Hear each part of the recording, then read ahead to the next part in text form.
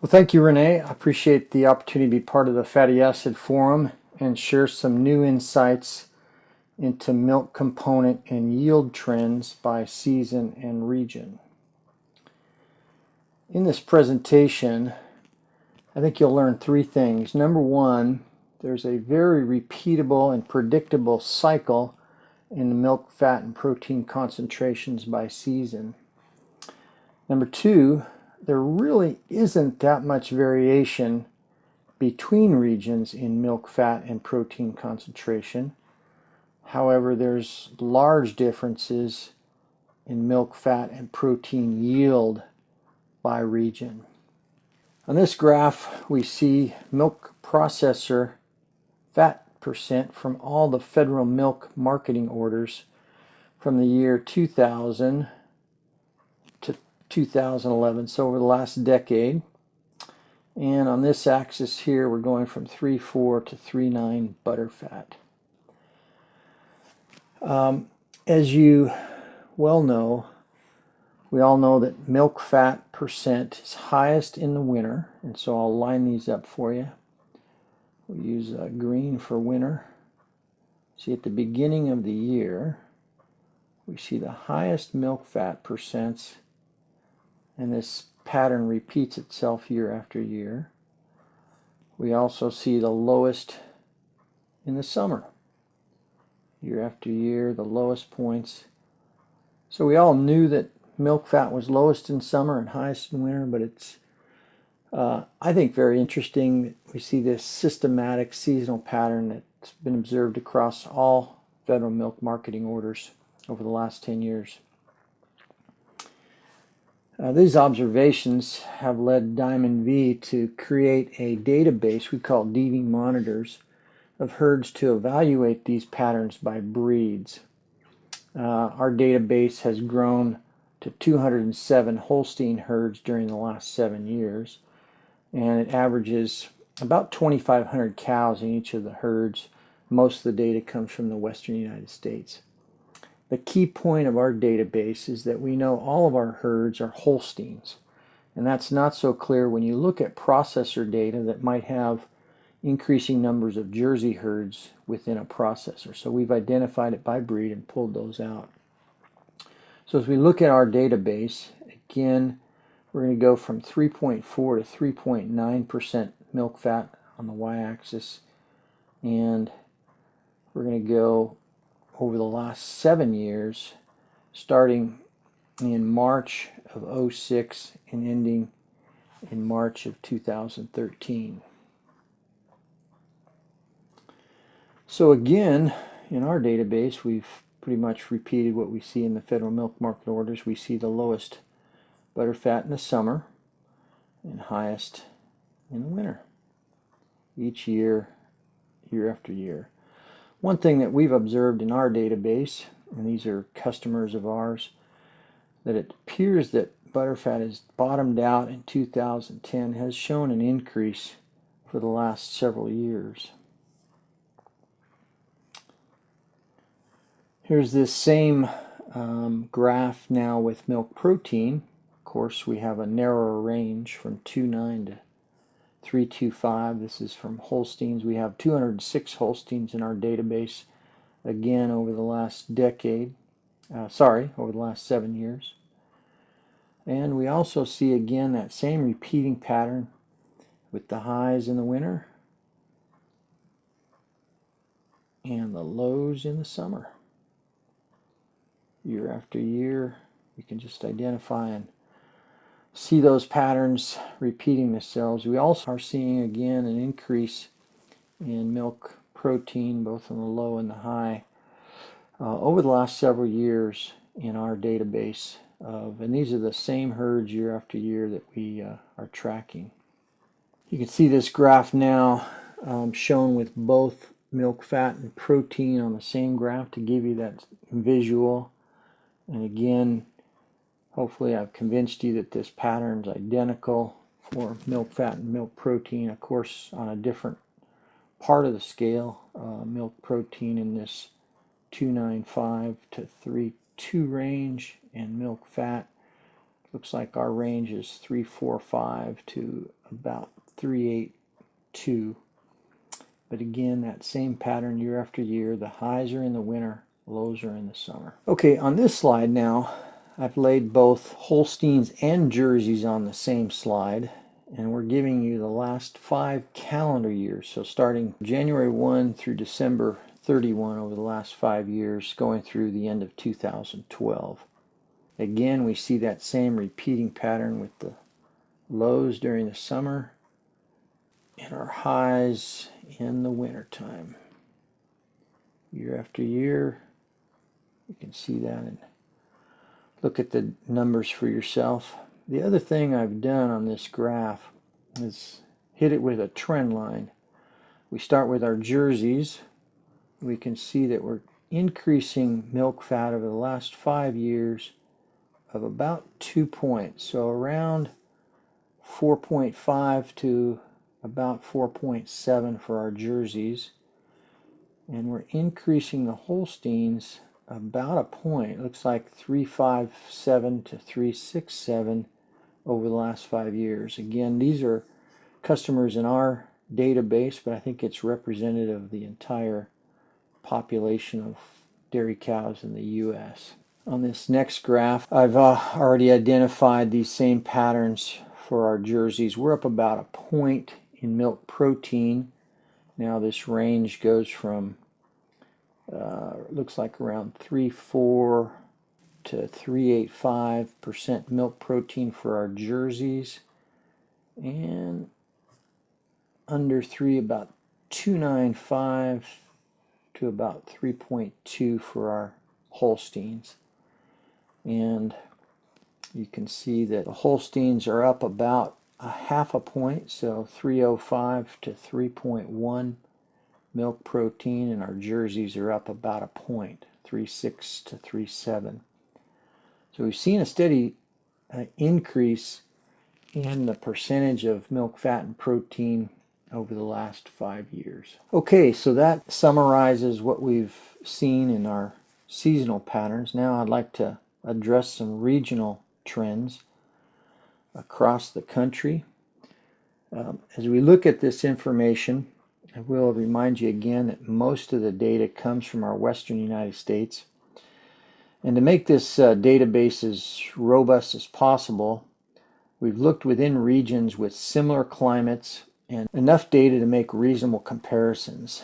And so I've also included only herds that had data present for the entire time period of interest. And as you can imagine, as we enroll new herds, if we only had them in recently and they're start to get some different effects, we would weight these trends differently. So I've only included the herds with data present for the entire time period of interest. And to give us enough data, that time period's been narrowed now to about 2 years, the last 2 years. The other thing we've done is discovered that there's a lot of partial herds in processor records out there, meaning that some dairies might have an account with their processor where they ship their low cows and another account where they ship their high cows or fresh cows. And that you can obviously understand the dilemma with that when we try to model those. So we've removed these partial herds and only included dairies that had a complete herd going into a processor record. So our remaining herds now consists of 43 California herds and 46 Pacific Northwest. And so that's going to be our regional comparison. It's our western United States, California versus the PNW. But I will say I've done some other analysis besides this, and we're getting similar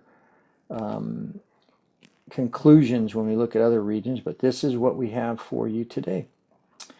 So again, if we compare regions with similar climates, mainly Central California versus the Pacific Northwest. Looking at this first graph, again our milk fat now, and here's our 43 California herds, and we're seeing a graph going from 3.4 to 3.9 milk fat. And now we've narrowed this to the last 2 years, and I finished this analysis back in the spring, so we're March 31st, 2011 through March 31st, 2013. Again, we see the same pattern that we've seen before. The highs of those 2 years happen in the wintertime, the beginning of the year, and the lows here in red in the summer each year. Same thing for milk fat in the Pacific Northwest. Got the same range of milk fat going from 3.4 to 3.9 in our same time period, March 31st, 2011 to March 31st, 2013. So again, as we look at this, these lows happen the same time each year in the middle of the year. The highs are happening in the beginning of the year each year. So I think this is enough of a robust nature of our database to convince us that these are real patterns. As you lay these two regions upon each other, I think you get even more convinced that these patterns are repeating, cyclical, based on season. And we basically have virtually identical milk fat percentages for both the PNW region that's shown here in red and our California region that's shown here in blue. I've taken the lines off of the data points and given you a 4-period moving average to smooth out this. The other thing I should remind you, if I haven't said it before, I'm sorry, these data are weekly data points. Each point here is a weekly average of 7 days, so weighted information, but each data point is a week, and you're seeing all those weeks over the last 2 years. Looking at milk protein, again, we see that repeating pattern and virtually identical between the Pacific Northwest and the California region. So again, I'll conclude that we really don't see great differences in milk fat percent and milk protein percent. However, producers get paid for amounts of components, not percentages. So we really should be looking at fat-corrected milk, energy-corrected milk, or dollar-corrected milk yields, in other words, not percentages. So we're doing that on this graph here. And in this graph, we see now energy-corrected milk. These are these same 43 California Holstein herds, averaging around 2,500 cows. Actually, a little bit more than that. They're shipping 250,000 pounds of milk a day. These are, again, weekly averages of daily information. In the wintertime, and it looks like 220,000 plus in the summertime over the last 2 years. So certainly we're seeing a seasonal pattern, but what's interesting, when we look at the yields, the lows of the year are in the fall for our California database, and the highs are in the spring. So we have our spring flush for our highs of the year, and it's about late summer, early fall when we see the lowest energy-corrected milk, which obviously is including our amounts of components, not percentages. So that's California. Let's take a look at the Pacific Northwest. Here again we see some seasonal patterning, but they're at greatly different time periods. So here we're seeing the highs somewhere around summertime, actually, early summer, I guess you could say. And then we have our lows in the Pacific Northwest in the wintertime in 2011-12.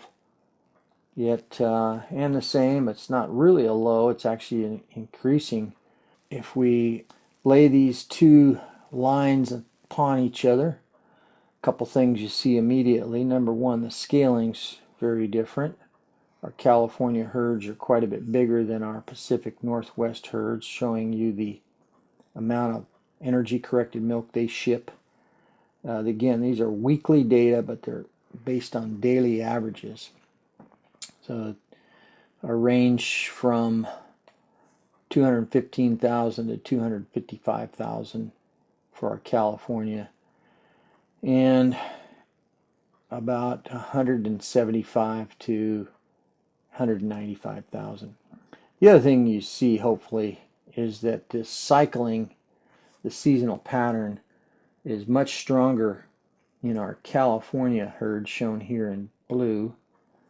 This patterning is much more cyclic in California than it is in the Pacific Northwest.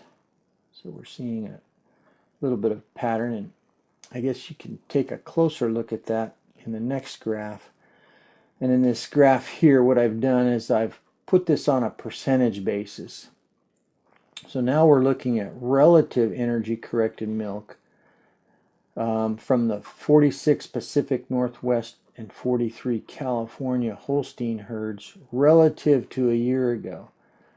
So in California, our herds are basically producing the same amount as they did a year ago, 2 years ago.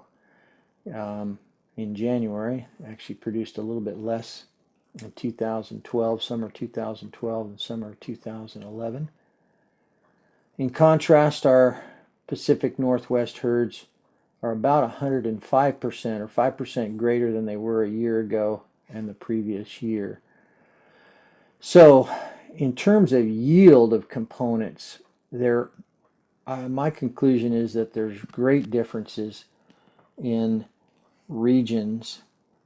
Our regions that have a lot of heat stress, like California, have very cyclic yield or flow of milk components versus our Pacific Northwest. So there's a big advantage for our Pacific Northwest herds that don't have the heat stress, and it's mainly in the yield of components, not in the percentages as we might have thought previously. So my conclusions for this presentation are that we're seeing consistent seasonal patterns, repeatable and predictable patterns in both milk fat and milk protein percentages. Our milk component patterns do not appear to differ regionally. So milk percent, milk fat percent, milk protein percent do not appear to differ regionally. They, however, differ greatly in the yield of components measured as energy corrected milk, milk that's corrected for both the fat and protein content. And I believe that's primarily due to heat stress, so that would be a practical implication of this information. Heat stress certainly affects milk yield, and we obviously know it affects reproduction and other things that really challenge the herd during our summer heat stress in climates that have a lot more heat than others. So with that, I'll turn it back over to you, Renee. Thanks for your attention.